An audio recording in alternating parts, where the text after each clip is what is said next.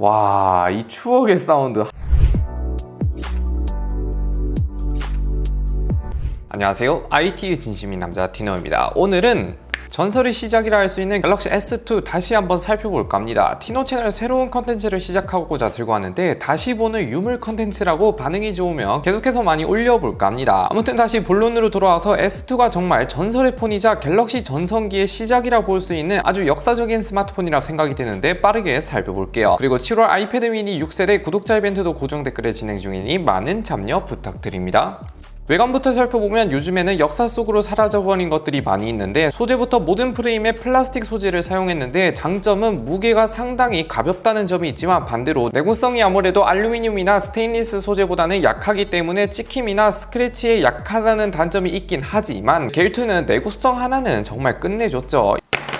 이렇게 막 던져도 죽지 않는 좀비폰이라는 별명까지 생겼던 걸로 기억이 나네요. 그리고 이때까지만 해도 제조사보다는 통신사들의 입김이 좀 더 세다 보니 후면에 SKT 로고가 박혀 있는데, 만약 이게 KT라면 KT 로고가 박혀 있고 그랬어요. 자급제가 없던 시절이다 보니 국내에 풀렸던 모든 S2는 통신사 마크가 필수적으로 다 달려 있었던 기억이 납니다. 뭐 그런 점도 있고, 카메라도 보면 그 당시에 화소수를 적어줬는데 S2에는 8메가픽셀, 예전에는 이게 숫자가 높을수록 카메라 성능이 좋다는 생각을 했었는데 그 당시 마케팅 좀 잘했다는 생각이 들긴 해요. 그리고 싱글 카메라로 되어 있는데 이때까지만 해도 스마트폰에 렌즈가 여러 개 달릴 거라고는 상상도 못했는데, 요즘엔 카메라 렌즈가 한 개라면 상당히 오래된 느낌이 들긴 합니다. 그 외에도 삼성 로고는 예나 지금이나 비슷한 느낌이 들고, 후면 재질은 플라스틱 소재에 격자 무늬를 넣어서 미끄럼 방지 차원으로 해둔 것 같습니다. 그리고 요즘 초딩들은 모르는 후면 딱구멍을 열면 내장 배터리를 교체할 수가 있어요. 그래서 예전에는 외출하면 풀 충전한 배터리백 하나랑 같이 들고 가서 배터리가 부족하면 후문을 열고 바로 배터리를 교체하면 바로 배터리를 바꿀 수 있다는 장점이 있었지만, 배터리를 교체한다 해도 물리적 용량이 S2 기준 1600mAh 정도밖에 안 됐기 때문에 지금 생각하면 배터리를 들고 다녀도 요즘 폰보다 훨씬 더 빨리 따랐던 기억이 납니다. 그리고 기본 배터리 말고도 대용량 배터리 셀도 그 당시에 팔았어서 대용량 배터리로 바꾸면 좀 더 오래 간다는 장점이 있었지만, 어느 순간 방수 등을 이유로 이제는 역사 속으로 사라진 방식이에요. 그 외에도 유심 사이즈가 나노심이 아닌 마이크로 유심이라고 사이즈가 좀 더 큰 게 들어갔고, 예전 안드로이드 스마트폰에서 자주 볼 수 있었던 스트랩 홀더도 있어서 스트랩 형태로 목걸이처럼 쓸 수도 있습니다. 아무튼 그 당시 유용한 것들이 많이 들어갔지만 지금은 모두 다 더 이상 볼 수 없는 기능들입니다. 옆면도 보면 전원 버튼과 볼륨 버튼은 예나 지금이나 똑같고, 상단에 보면 3.5mm 이어폰 잭이 자리 잡고 있으며 요즘 초딩들은 모르는 방식 무려 DMB 안테나까지 내장되어 있습니다. 그리고 마이크로 오핀 충전 단자랑 스피커는 후면부에 위치해 있어요. 화면도 켜서 한번 살펴보면 4007인치 화면에 HD 해상도보다 낮은 480/800 해상도를 보여주는데, 화면이 작기 때문에 그렇게 못 받을 수준은 아니긴 해요. 그리고 추억의 홈 버튼도 있고 터치식 버튼도 있는데, 와, 이게 진짜 초창기 찐 안드로이드 감성인 듯 합니다. 인터페이스도 보면 예전 S2 감성 그대로인데, 슬라이드를 해보면 2011년에 출시한 스마트폰 치고는 지금 봐도 기본 화면에서는 나름 부드럽게 작동이 잘 되네요. 조금은 버벅거리긴 한데 짜잘한 버그나 오류 없이 잘 만들었다는 생각이 듭니다. 와, 근데 이때 서드파티 어플이 굉장히 많죠. 이거는 통신사에서 살 때 무조건 자회사 어플을 선탑재하게 되어 있는데 어플 수가 상당히 많은 모습을 보여줍니다. 아마 이것들은 서비스가 종료가 됐거나 인수합병이 되면서 지원이 종료된 어플이 대부분이라 지금은 거의 다 사용이 안 돼요. 그리고 2011년 앱 디자인들을 보면 요즘이랑 또 사뭇 다른데, 초창기 스마트폰 앱 디자인은 예전 터치폰 감성이 살짝 남아 있어서 스마트폰 앱의 터치폰 감성이랑 조금 섞인 느낌이 들었습니다. 유튜브도 한번 시청을 해보면,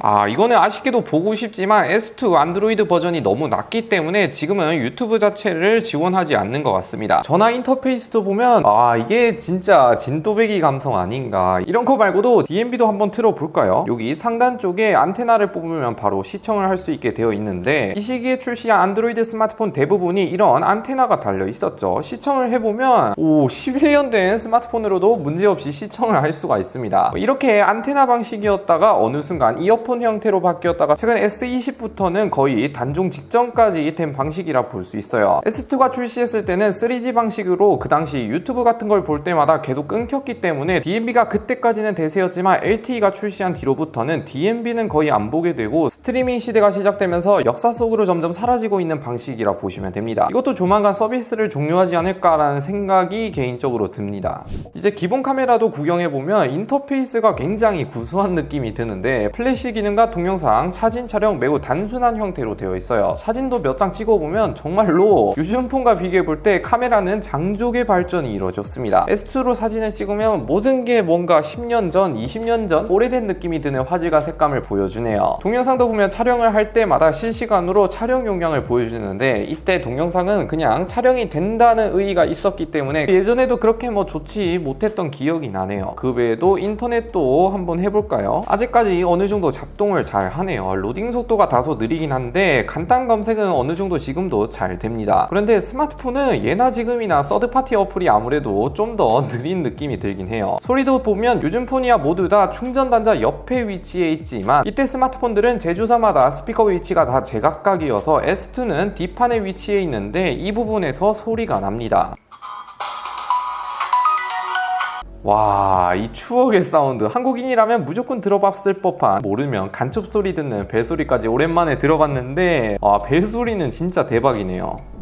이렇게 전설의 시작 갤럭시 S2 한번 살펴봤는데 이전에는 옴니아 같은 역대급 머머 제품을 내놓다가 갤럭시로 완전히 환골탈퇴하는 데 성공한 스마트폰이라 볼 수 있고 너무나 잘 만들어서 좀비폰이라는 별명까지 붙었죠. 스마트폰은 바꾸고 싶은데 전혀 고장이 나지 않는다거나 이렇게 떨어뜨려도 고장이 나지 않아서 폰을 안 바꾸니 오래 쓰면 일부러 고장나게끔 설계를 했다는 썰도 있는 만큼 정말 안드로이드 역사에서 전설의 폰이었다 생각이 됩니다. 그리고 이 영상이 반응이 좋으면 지금은 순정 롬이 올려져 있어서 서비스가 안 되는 것들이 많은데 커스텀 롬을 올리면 지금 지원하는 어플도 거의 다 쓸 수 있다고 해서 이것도 한번 소개해 드리도록 하겠습니다. 마지막으로 고정 댓글에 아이패드 미니 6세대 구독자 이벤트도 많은 참여 부탁드리고요. 영상 마음에 드셨다면 구독, 좋아요 한 번씩 눌러주시면 매우 감사드립니다. 안녕히 계세요.